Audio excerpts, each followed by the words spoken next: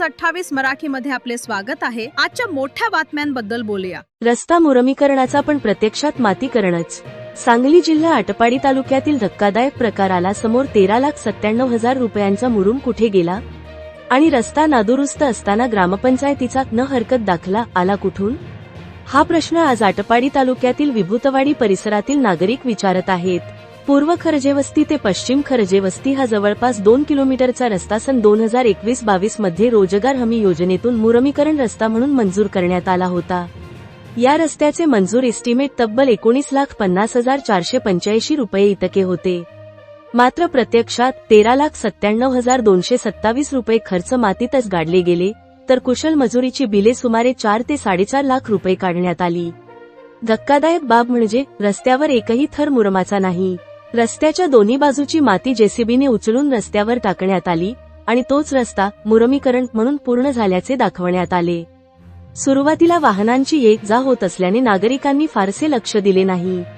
मात्र गेल्या काही महिन्यांपासून ही माती दबली गेली, रस्त्यावर मोठमोठे खड्डे पडले, चारचाकी गेल्यावर धुरळा उडतो, दुचाकीस्वार घसरतात, पावसात तर अपघात नित्याचे झाले आहेत। इतकेच नाही तर अनेक ठिकाणी रस्त्याची रुंदी कमी, शेतालगतच्या पिकांवर धुळीचा परिणाम आणि नागरिकांना जीव मुठीत धरून प्रवास करावा लागतोय। सर्वात गंभीर प्रश्न असा की रस्ता इतका नादुरुस्त असताना खड्डे, घसरगुंडी, अपघात होत असताना मुरुम टाकलेलाच नसताना ग्रामपंचायतीने न हरकत दाखला दिलाच कसा? कारण रोजगार हमी योजनेत ग्रामपंचायतीचा न हरकत दाखला मिळाल्याशिवाय कुशलचे अंतिम बिल निघत नाही आणि आज त्या रस्त्याचे शेवटचे कुशल बिल निघालेले आहे। म्हणजेच रस्ता अपूर्ण, मुरुम गायब, पण बिले पूर्ण।